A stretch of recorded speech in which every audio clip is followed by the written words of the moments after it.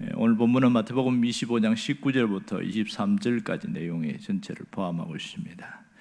유명한 달란트 비유를 보고 있는데 어떤 주인이 종을 셋을 데리고 있는데 어떤 특별한 일이 있어서 예고도 없이 종들을 불러서 달란트를 맡기고 외국으로 간 이야기를 하고 있습니다. 자, 그런데 오늘 보면 금 5달란트, 그 다음에 2달란트, 1달란트 이렇게 주고 간다는 겁니다. 그런데 문제는 언제 온다는 얘기도 없이 가고 얼마 후에 내가 언젠가는 올 텐데 그때 한번 결산을 하자 이렇게 하고 떠나버린 겁니다. 그런데 여기서 좀 의문점을 갖게 되는 게 있는데 왜 차등해서 이렇게 종들에게 지급을 했을까 이런 생각을 합니다. 뒤에 끝에 보면 1달란트 받은 자는 상당히 기분이 좀 상했던 그런 모습들이 본문을 통해서 역력하게 드러나고 있는데 이왕이면 똑같이 2달란트씩 각각 나눠주고 그렇게 장사를 하라고 했으면 서로가 똑같은 달란트를 받았으니까 그냥 해도 괜찮다 이런 생각하는데 이렇게 5달란트, 2달란트, 1달란트를 줬다면 만약 2달란트는 1달란트를 받은 사람들은 기분이 많이 상할 수가 있지요. 저 사람이 뭐가 특별하다고 5달란트 주고 우리는 이게 뭐냐 그런 생각을 충분히 할 수 있습니다.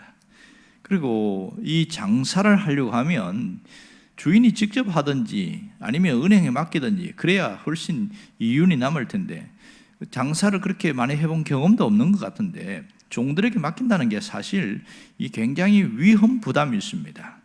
특별히 이게 주인이 가면서 어떤 장사를 하는 비법이나 방법을 알려준 그런 흔적이 보이지 않고 그냥 해봐라 이렇게 하고 던지고 갔단 말이에요. 그러면 경험 없는 사람 같으면 틀림없이 본전까지 까먹을 수 있는 가능성이 굉장히 많습니다.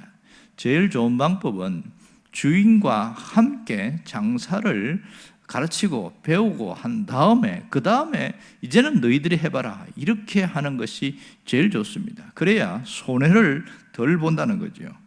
결국은 이 장사라는 것은 책임을 져야 되는 거거든요. 많이 가지면 많이 가진 만큼 책임을 져야 되고 적게 가진 자도 역시 마찬가지고 그 부담감이라는 것은 말을 할 수가 없습니다.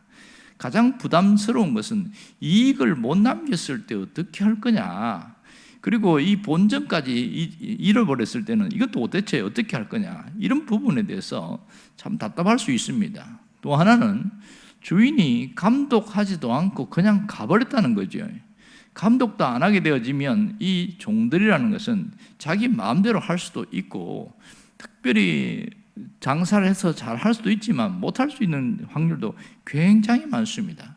사실 이렇게 달란트를 맡기고 간다는 것은 굉장한 위험 부담을 안고 해야 되는 그런 일입니다. 그러면 왜 주인이 맡겼느냐, 이 부분을 우리가 봐야 됩니다.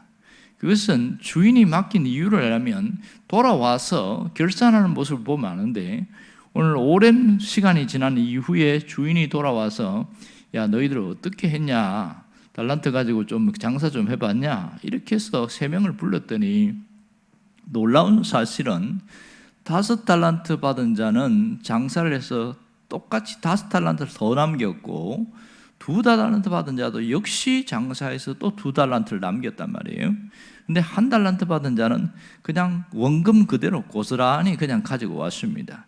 이렇게 이야기하는데 5달란트, 2달란트 받은 자는 크게 칭찬을 하고 1달란트 받은 자는 아주 책망을 했다. 이게 우리가 알고 있는 성경의 이야기입니다. 그러면서 이 부분에 대해서 잘 보게 되어지면 주인이 왜 달란트를 맡겨서 장사를 하게 했을까, 이런 부분을 의문점을 갖게 되는데 놀라운 사실은 이 지금 자기 소유, 주인의 소유를 맡겼음에도 불구하고 5달란트를 받은 자에게 5달란트 남겼습니다. 그랬더니 뭐라고 그러냐면 이 주인이 야, 너 수고 많이 했으니까 너 남긴 것도 갖고 원금도 갖고 다 가져가라. 그러면 원금은 자기 주인 거니까 네가 수고한 만큼만 가져가라 이렇게 해도 되는데 이 주인이 다 줘버립니다. 그러니까 5달란트 받은 자는 10달란트가 되어버렸죠. 2달란트 받은 자도 마찬가지였습니다. 역시 2배를 남겼으니까 4달란트를 갖게 되고 다 줬습니다. 한 달란트 받은 자에게는 오히려 빼앗아서 5달란트 받은 자에게 주었다 이렇게 합니다. 그러면 여기에서 중요한 것은 처음부터 주인이 종들에게 달란트를 맡겨서 장사를 시킨 목적이 나옵니다. 그것은 이윤을 많이 남겨서 뭔가 부를 축적하기 위한 것이 아니라는 것을 알 수 있습니다. 결국 처음부터 장사하라고 하는 이 목적은 종들에게 복을 주려고 하는 것이지요. 이것이 바로 목적입니다. 어떻게든 종들이 더 많이 남겨서 그걸 통해서 더 많은 것을 주고 싶어하는 그런 의도가 여기에 잘 담겨 있는 것을 볼 수 있습니다. 그러면 이왕 주려면 달란트를 공평하게 그냥 한 2달란트씩 이렇게 다 각각 나눠주지 왜 이렇게 차등해서 주었을까? 그 부분 의문점을 갖게 되는데 그것은 오늘 앞에 보면 각각 그 재능대로 이렇게 표현합니다. 감당할 수 없는 자에게는 그걸 줘봐야 오히려 큰 부담이 되고 이것 때문에 더 잠도 못 자고 더 고민을 많이 할 수 있다는 거죠. 그리고 감당할 수 있는 자는 좀 더 줘도 괜찮다. 이것이 주인의 주권적인 것이었습니다. 결국은 이것을 준 것도 공평하다는 걸 알 수 있습니다. 그가 가진 능력에 따라서 준 것이다. 이렇게 이야기하고 있습니다. 그러나 안타까운 것은 1달란트 받은 자는 주인의 의도를 파악하지 못하고 전혀 곡해해서 오히려 나쁜 사람 취급하고 땅에 감추었다가 가져온 것입니다. 오늘 이것이 가장 안타까운 모습이지요. 이 모습을 통해서 하나님 우리에게 주신 메시지는 분명합니다. 그것은 아무리 좋은 것을 주어도 복을 받을 수 없는 사람이 있고 복을 받을 수 있는 사람이 있더라. 이것이 첫 번째인데요. 복을 받을 수 없는 사람은 항상 종을 주어도 변명하고 핑계대고 탓하고 그런다는 겁니다. 사람을 탓하고 환경을 탓하고 현실을 탓하고 그러니까 이렇게 살아가더라. 늘 불평하면서 살더라. 이것이 우리가 보고 있는 부분이고 또 하나는 복을 받을 수 있는 사람은 주인이 무슨 일을 시키든지 원망불평 한 번도 하지 않고 끝까지 충성을 하더라. 이 본문에서 보여주고 있습니다. 묵묵히 자기가 하고 있는 그 일에 최선을 다하는 모습을 볼 수 있습니다. 오늘 우리가 이것을 통해서 뭘 해야 되는지를 잘 알 수 있습니다. 하나님은 우리에게 누구처럼 되기를 원할까요? 5달란트, 2달란트 받은 자처럼 그렇게 살고 그렇게 모든 일에 최선을 다하기를 원한다는 것을 우리가 알 수 있습니다. 그러나 우리가 살고 있는 현실은 어떻습니까? 하나님 우리에게 달란트라는 걸 줬습니다. 다시 말해서 직분이라는 것을 줬습니다. 근데 그 직분 자체가 심히 부담스러울 때가 굉장히 많습니다. 내가 차라리 직분 안 받았으면 조금 자유롭게 편안하게 신앙생활 할 텐데 왜 이렇게 직분을 줘서 짓눌리게 만들까? 그런 생각들이 굉장히 많습니다. 결국은 이 직분에 짓눌려서 1달란트 받은 자처럼 행동할 경우가 굉장히 많습니다. 주인의 의도와 주인이 뭔가 바라는 목적과 달리 다른 방향으로 가게 된다는 것이지요. 결국은 하나님이 주신 것이 무거운 멍에처럼 느껴져서 그것이 더 안타깝게 되어지는 경우가 많습니다. 결국은 이 1달란트 받은 자처럼 묵히고 썩히고 그냥 그 기능을 다하지 못하고 생을 마감하는 사람들도 있더라는 겁니다. 주인의 본래 목적은 분명합니다. 이것은 복을 주려고 하는 것이다. 하나님께서 복을 주려고 이 달란트를 맡겼고 그것을 통해서 더 많은 것을 주려고 하는 것이 하나님의 목적입니다. 그런데 이 주인의 의도, 하나님의 의도를 모르면 우리는 눈앞에 있는 현실만 보고 늘 좌절하고 늘 힘들어합니다.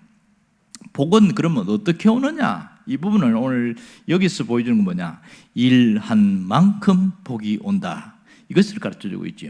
일한 만큼 복이 온다. 하나님은 정말 내가 일한 만큼 복을 주십니다. 5달란트를 맡긴 자는 5달란트의 복이 오고 2달란트를 맡은 자는 그 일한 만큼 2달란트의 복이 온다는 것이지요. 그러면 여기서 일한다는 것의 정의가 뭐냐? 노력한다는 것이고 연습한다는 것이고 최선을 다한다는 겁니다. 일한다는 것은 내가 최선을 다하는 거죠. 하나님 앞에서 최선을 다하는 그 모습이 일하는 겁니다. 그러니까 결과는 내가 책임질 것이 아니고 그 모든 결과에 대해서는 하나님이 책임지십니다. 하나님은 우리가 더 많은 복을 받기 위해서 더 많이 일하기를 원하십니다. 내게 주신 그것을 통해서 더 많은 일을 해서 많은 결과를 남기라고 하는 겁니다. 결국은 그것이 우리에게 복이 되기 때문에 그렇습니다.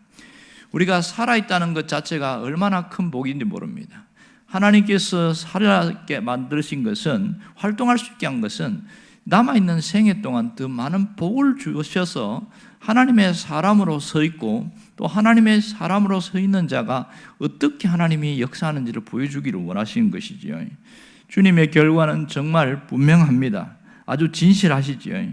주님은 적게 주시도 않고 또 너무 넘치게 많이 주시도 않고 그분은 공정하게 주시는 분인 것을 알 수 있습니다. 그렇다면 오늘 우리가 한 해를 마무리하는 이때에 어떤 마음가짐으로 어떻게 살아야 하는가? 하나님이 내게 주신 달란트는 두 종류로 구분되는 것을 먼저 우리가 알아야 됩니다. 하나는 직업적인 달란트입니다. 태어나면서 주신 달란트가 직업적인 달란트인데 그것을 통해서 먹고 살 수 있도록 하나님이 주셨고, 또 하나는 어떤 하나님이 사용하시려는 목적적인 달란트가 있습니다. 이것을 사명이다 이렇게 이야기를 합니다. 이것은 분명하게 나로 복되게 하려는 하나님의 의도가 여기에 담겨 있습니다. 직업적인 것은 자기가 열심히 노력하고 부지런히 일하면 그걸 먹고 사는 것은 충분히 됩니다. 그러나 하나님의 목적, 하나님의 의도에 가고 있는 사명에 대한 것은 이것은 100% 복과 관련되어 있습니다.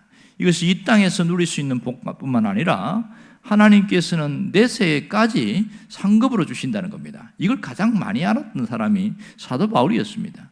사도 바울은 정말 마지막 목숨을 죽을 때까지 그렇게 최선을 다해 살아왔는데 디모데후서에 보면 뭐라고 그러냐면 나의 달려갈 길을 다 마치고 주 예수께 받은 사명을 다 끝낸 이후에 내가 부름의 상을 향하여 달려간다 이렇게 빌립보서에도 이야기하고 디모데후서에서도 보면 자신이 표대를 향하여 나아가고 있다. 그런데 부름의 상, 그게 뭐냐? 의의 면류관이다. 사도 바울이 바라봤던 게 의의 면류관이었거든요. 사도 요한도 요한계시록 2장에 보면 죽도록 충성하는 자에게 생명의 면류관을 준다 이 얘기를 하고 있습니다. 결국은 마지막에는 그렇게 수고한 자에게는 반드시 하나님 복으로 갚아주시는데 이 땅에 있을 때는 현세의 복으로 주시고 저 세상으로 갔을 때는 내세의 복으로 하나님 주신다는 것이 놀라운 일입니다. 결국 정리하자면 달란트는 축복의 통로다 이것을 알 수가 있는 것이지요.